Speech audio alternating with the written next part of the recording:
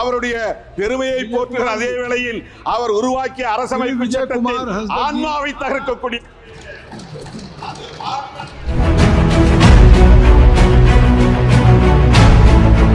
already you have taken more than your time. Already you have taken more than your time. Please kindly conclude. OBC மக்களுக்கான இடஒதுக்கீட்டிற்கு சட்டம் இல்லை. कुमार हल्दर श्री विजय कुमार जी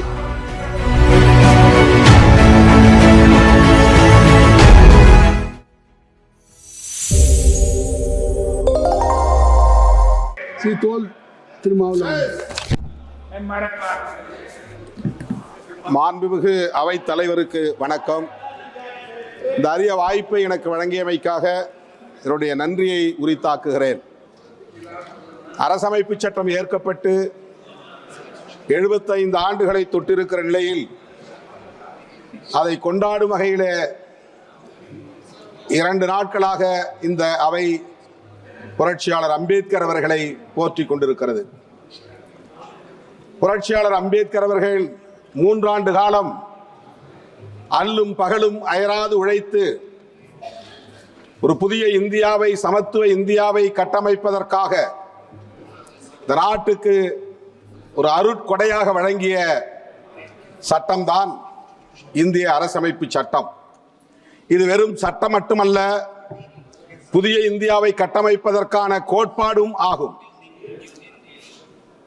இந்திய அரசமைப்பு சட்டத்தின் முகப்புரை அதை விளக்குகிறது. இந்திய அரசமைப்பு சட்டத்தின் முகப்புரையில் நாம் எத்தகைய இந்தியாவை எதிர்காலத்தில் கட்டமைக்கப் போகிறோம் என்பதை உறுதிப்படுத்தி இருக்கிறார்கள். சோசலிசம், செக்யூலரிசம், புளூரலிசம் மற்றும் ஃபெடரலிசம் என்கிற இந்த 4 கோட்பாடுகளும் இந்திய அரசமைப்பு சட்டத்தின் அடிப்படை கூறுகளாகும். அவை மட்டுமின்றி நீதி, சுதந்திரம், சமத்துவம், சகோதரத்துவம் ஆகிய 4ம் புதிய இந்தியாவை கட்டமைப்பதற்கான தூண்களாகும். இவற்றை பாதுகாப்பதுதான் இன்றைய சவாலாக நம் முன்னால் இருக்கிறது. இங்கே உரையாற்றிய மாண்புமிகு உறுப்பினர்கள் பலரும் புரட்சியாளர் அம்பேத்கர் அவர்களின் பெருமைகளை பேசுகிற அதே வேளையில் அவரை எதிர்த்தது, அவருக்கு துரோகம் செய்தது நீயா நானா என்கிற வகையில்தான் விவாதங்கள் அரங்கேறிக் கொண்டிருக்கின்றன. எந்த அளவுக்கு இந்த 75 ஆண்டு காலத்தில் அரசமைப்பு சட்டத்தை நடைமுறைப்படுத்தி இருக்கிறோம், வெற்றிகரமாக அவற்றை நடைமுறைப்படுத்தி புதிய இந்தியாவை கட்டி எழுப்பியிருக்கிறோம் என்பது குறித்து உரையாடல்கள் இல்லை என்பது வேதனை அளிக்கிறது. புரட்சியாளர் அம்பேத்கர் அவர்கள் இந்த அரசமைப்பு சட்டம் ஏற்கப்படுவதற்கு முதல் நாள் 1949 ஆண்டு நவம்பர் திங்கள் 25ஆம் நாள் அரசியல் நிர்ணய சபையில் ஆற்றிய உரை, இறுதி உரை வரலாற்று முக்கியத்துவம் வாய்ந்தது.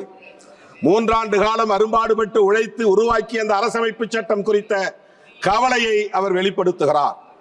வருகிற 1950 ஜனவரி 26 அன்று இந்த தேசம் ஒரு குடியரசாகிவிடும். அது மகிழ்ச்சி அளிக்கிறது. ஆனால் இந்த தேசத்தின் எதிர்காலத்தை எண்ணி நான் வேதனைப்படுகிறேன்.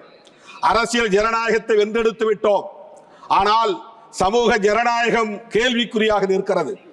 பொருளாதார ஜனநாயகம் கேள்விக்குறியாக இருக்கிறது. இவற்றையெல்லாம் எப்படி நாம் நடைமுறைப்படுத்த போகிறோம் என்கிற வேதனையை அந்த உரையிலே பதிவு செய்திருக்கிறார். சுதந்திரம் இல்லாமல் சமத்துவம், சகோதரத்துவம் இங்கே நடைமுறைக்கு வராது. சமத்துவம் இல்லாமல் சுதந்திரமும் சகோதரத்துவமும் இங்கே வெற்றிகரமாக இயங்காது. ஆகவே இவை ஒவ்வொன்றையும் தனித்தனியே பிரித்துவிட முடியாது.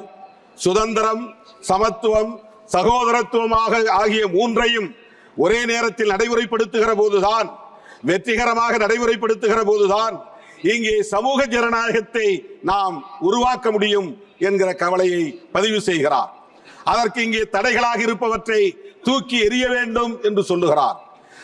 சகோதரத்துவம் இல்லாமல் சமத்துவம் இல்லை. நாம் அனைவரும் ஒரே குடும்பத்தை சார்ந்த உடன்பிறப்புகள் என்கிற உணர்வை பெற வேண்டும். இது தேசம் என்கிற ஒற்றை வடிவத்தை இன்னும் பெறவில்லை. இது தேசமாகவே இல்லை. ஆகவே நாம் அனைவரும் ஒரு தேசிய இனம் என்று கூட kindly conclude. சொல்ல முடியாது. Kindly அப்படிப்பட்ட நிலையிலே சமூக ஜனநாயகத்தை வென்றெடுப்பதற்கு புரட்சியாளர் அம்பேத்கர் அவர்கள் பல்வேறு யோசனைகளை சொன்ன அதே வேளையில் தன்னுடைய ஆழ்ந்த வருத்தத்தை பதிவு செய்ததை இங்கே நான் பதிவு செய்ய விரும்புகிறேன். இங்கே எதிர்காலத்தில் வர இருப்பவர்கள் நாட்டை விட மத நம்பிக்கைகள் மேலானதா அல்லது மத நம்பிக்கைகளை விட நாடு மேலானதா என்ற கேள்விக்கு யார் விடை செல்ல போகிறார்கள்? ஒருவேளை நாட்டை விட மத நம்பிக்கைகள் மேலானது என்று கருதினால் இந்த தேசம் மீண்டும் சுதந்திரத்தை இழக்க நேரிடும். இந்த தேசத்தின் சுதந்திரத்தை மீண்டும் நாம் வென்றெடுக்க முடியாத நிலை உருவாகிவிடும் என்ற கவலையை வெளிப்படுத்தி இருக்கிறார். 75 ஆண்டுகளுக்கு முன்னால் தீர்க்க தரிசனமாக அவரால் உணர முடிந்திருக்கிறது. மத நம்பிக்கை உள்ளவர்களின் கைகளில் ஆட்சி அதிகாரம் சிக்கிக் கொண்டால் நாட்டை விட மத நம்பிக்கைகளே மேலானது என்பதை அவர்கள் உறுதிப்படுத்தக்கூடிய நிலை உருவாகும் என்பதை இங்கே சொன்னார்.